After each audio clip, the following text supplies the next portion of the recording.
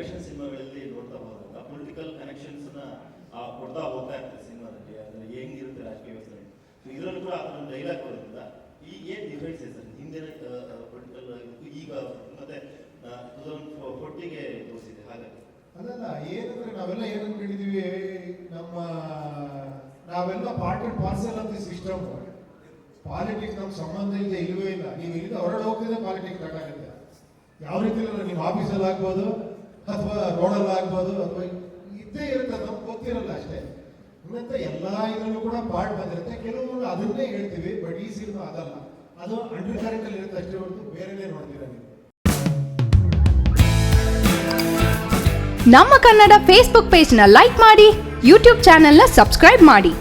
For more updates click on the bell icon. ನಮ್ಮ Kannada digital media.